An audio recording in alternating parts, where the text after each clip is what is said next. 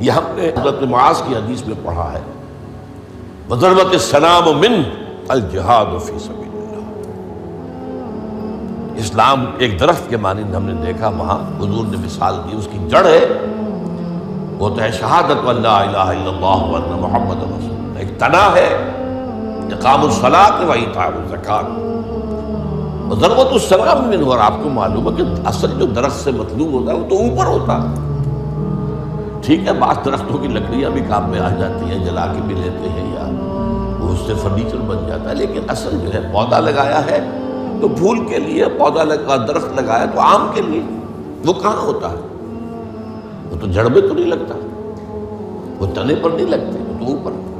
تو وہ جو چوٹی ہے وہ جہاد فی سبیل اللہ ہے۔ اب کچھ لوگوں کی زندگی سے یہ جہاد خارج، انہیں تصور ہی نہیں کہ یہ بھی کوئی فرض ہے، باطل کے نظام کے تحت آرام سے رہ رہے، پاؤں پھیلا کر سوتے ہیں، اپنا پروفیشن، اپنا کاروبار، اپنا دھندا، انہیں اس سے غرض ہی نہیں کہ ہو کیا رہا ہے ماحول میں، اللہ کے دین کو کیسے اس کی دھجیاں بکھیری جا رہی ہیں، شریعت کو کیسے پامال کیا جا رہا ہے، دین میں کیسی تبدیلیاں کی جا رہی ہیں، انہیں فکر ہی نہیں، تو ادھر سکڑ کر آ گئے۔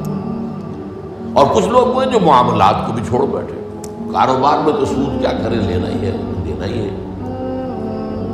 بینک سے روپیہ لیے بغیر کاروبار کیسے بڑھائیں، کارخانہ تو لگانا ہی ہے تو بینک سے تو قرض لینا ہی ہے، چھوٹے مکان میں کیسے رہوں، بڑی حویلی تو بنانی ہے، وہاں سے جو ہے بینک سے قرضہ لینا ہی ہے، یا اسی طریقے سے اور کا معاملات کے اندر جو ہے وعدہ خلافی ہو رہی ہے، جھوٹ ہے وغیرہ وغیرہ، دھوکہ ہے۔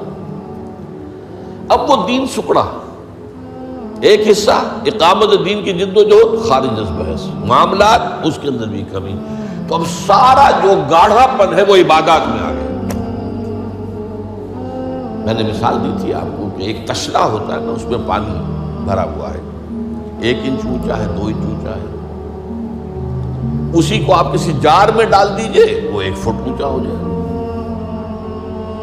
تو جب آپ نے یہ بیس اس کا تنگ کر دیا، نہ اقامت دین کی جد و جہد رہی اور نہ معاملات کی پیروی رہی، تو سارا زور اب عبادات، ہر سال عمرہ فرما رہے ہیں، کمائی حرام کی ہے۔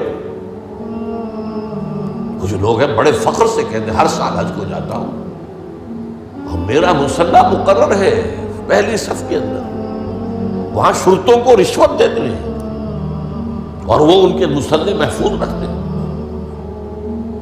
سمجھتے بڑی نیکی کا کام کرتے ہیں۔ حالانکہ دیکھیے، میں خاص طور پر آپ کو بتا دوں، حضور صلی اللہ علیہ وسلم نے جو عمرہ قضا تھا صلح حدیبیہ کے بعد ہوا، اس کے بعد کوئی عمرہ نہیں کیا۔ سن 8 ہجری میں مکہ فتح ہو گیا، اس کے بعد تو آپ بادشاہ تھے، اب کون روکنے والا تھا؟ کوئی عمرہ نہیں۔ وہ ساری جد و جہد دین کو غالب کرنے کے لیے ہو رہی ہے، آپ کا سارا وقت اس میں لگا ہوا ہے۔ پھر حج نہیں کیا، سن 8 میں رمضان میں مکہ فتح ہو چکا ہے، آپ حج کر سکتے تھے، سن 9 میں بھی نہیں کیا۔ قافلہ جو ہے حجاج کا وہ بھیج دیا، مدینے سے روانہ کر دیا، حضرت ابوبکر کو امیر الحج پر خود دی گئی۔ صرف ایک حج ہے، وہ آخری حج جسے ہم حجۃ الوداع کہتے ہیں۔ اس سے سمجھنا چاہیے ریشیو پروپورشن دین میں کیا ہے، واٹ از واٹ،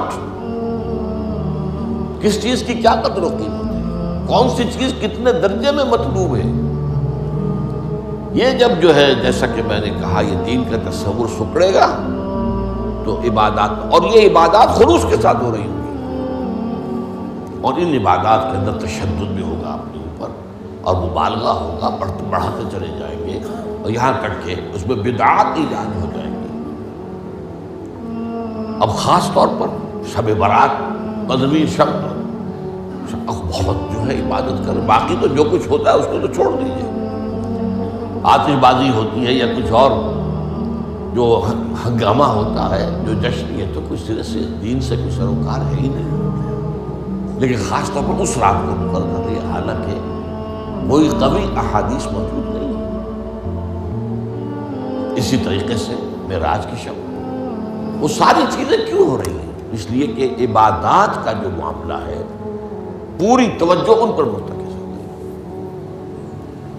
اچھا، دوسرا مسئلہ کیا ہوتا ہے؟ عبادات میں بھی ایک ہے ان کا ظاہر رسم، ایک ہے باطن روح۔ ایک نماز کا ظاہر ہے، فقہی طور پر آپ نے بالکل صحیح نماز پڑھ لی، صحیح وضو کیا، پھر اس کے بعد آپ نے تکبیر تحریمہ کہی، ہاتھ اٹھائے، باندھ لیے، سنا پڑھی، فاتحہ پڑھی، کچھ اور قرآن کا حصہ پڑھا، پھر رکوع میں گئے، تسبیحات کی، پھر کھڑے ہو گئے، پھر سجدے میں گئے، پھر بیٹھے، پھر سجدے میں گئے، پھر اٹھ کھڑے ہوئے۔ یہ جو رسم نماز ہے، اس کی ظاہری شکل، رسم کہتے ہیں ظاہری شکل، رہ گئی رسم ازاں، روح بلالی نہ رہی، فلسفہ رہ گیا، تلقین غزالی نہ رہی۔ اب اگر اسی پر توجہ مرتکز ہو جائے گی تو روح دین کی طرف سے توجہ ہٹ جائے گی۔ اس ظاہر کے بارے میں تو بڑی نیند میخ ہوگی، چھوٹی چھوٹی باتوں کے اوپر اختلاف ہو جائے گا، من دیگرم تو دیگری، یہ کیا کیا تو نے؟ آمین زور سے کہہ دیا، یہ ہماری مسجد میں آیا کیسے تو؟ آئندہ جرات نہ کرنا، ٹانگیں توڑ دیں گے۔ یہ کیا رفع دین کر رہے ہو؟ چھوٹی چھوٹی بڑی چیزیں سب ہضم، لکڑ ہضم، پتھر ہضم، سود ہضم، جھوٹے کاروبار سے آنے والی آمدنی ہضم، یہ اختلافات ہضم نہیں ہوتے۔ اس میں پھر رسومات کا اضافہ ہوتا ہے، رسومات پر رسومات، رسومات پر رسومات۔ اب اسی کی ایک مثال ہے، شادی بیاہ کے لیے رسمیں کتنی ہو گئی۔ ہم نے تحریک شروع کی، اللہ کا شکر ہے، تو چرچا ہے بھائی نکاح مسجد میں کرو، لڑکی والوں کے ہاں کوئی دعوت اطعام اس کا ثبوت نہیں ہے۔ دعوت اطعام ایک ہے اور وہ دعوت ولیمہ ہے لڑکے کی طرف سے، اس کا گھر آباد ہوا ہے، وہ اپنی خوشی منائے، سیلیبریٹ کرے اپنے دوستوں، یہ ثابت ہے، اس کی تاکید ہے۔ باب الولیمہ حدیث کی کتابوں کی طرف پورا باب، باقی اور کوئی نہیں۔ اب یہ ہمارے ہاں بارات چڑھ رہی ہے اور پہلے سیرا بن رہا ہے اور پھر وہاں کچھ پیسے پیش کیے جا رہے ہیں، پھر وہ بارات گئی ہے جتھا بن کر، اور وہ لڑکی والوں کے ہاں جو ہے وہاں نکاح ہوا ہے، اور وہاں پھر وہ جو کھانے کھائے جا رہے ہیں ان میں جو آپ کو معلوم ہے اسراف ہو رہا ہے، جو کھانا جو ہے برباد ہو رہا ہے جس طریقے سے کھاتے ہیں، یہ ساری چیزیں۔ اور پھر کتنی دعوتیں ہوتی ہیں، مہندی کی دعوت ہو رہی ہے، مہندی کی رسم ہو رہی ہے، ابھی تو تاریخ لینے جا رہے ہیں لڑکی والوں کے ہاں، وہ دعوت ہو رہی ہے، جشن ہو رہا ہے، پر ہوتا کہاں ہے یہ؟ جن لوگوں کی حرام کی کمائی جو ہے، جن کے پاس انبار اس کے ہیں، وہ اپنی دولت کے اظہار کے لیے یہ سارے کام کرتے ہیں، اور اس کا نام تبذیر ہے قرآن مجید کی اصطلاح میں، تبذیر۔ ان المبذرین کانوا اخوان الشیاطین، یہ جو پیسے لٹانے والے ہیں اپنے نام و نمود کے لیے، شہرت کے لیے، دکھاوے کے لیے، یہ شیطانوں کے بھائی ہیں۔ نتیجہ کیا نکلتا ہے؟ آپ کے پاس تو دولت کے انبار تھے، آپ نے کیا، ایک غریب آدمی کی مصیبت ہو گئی،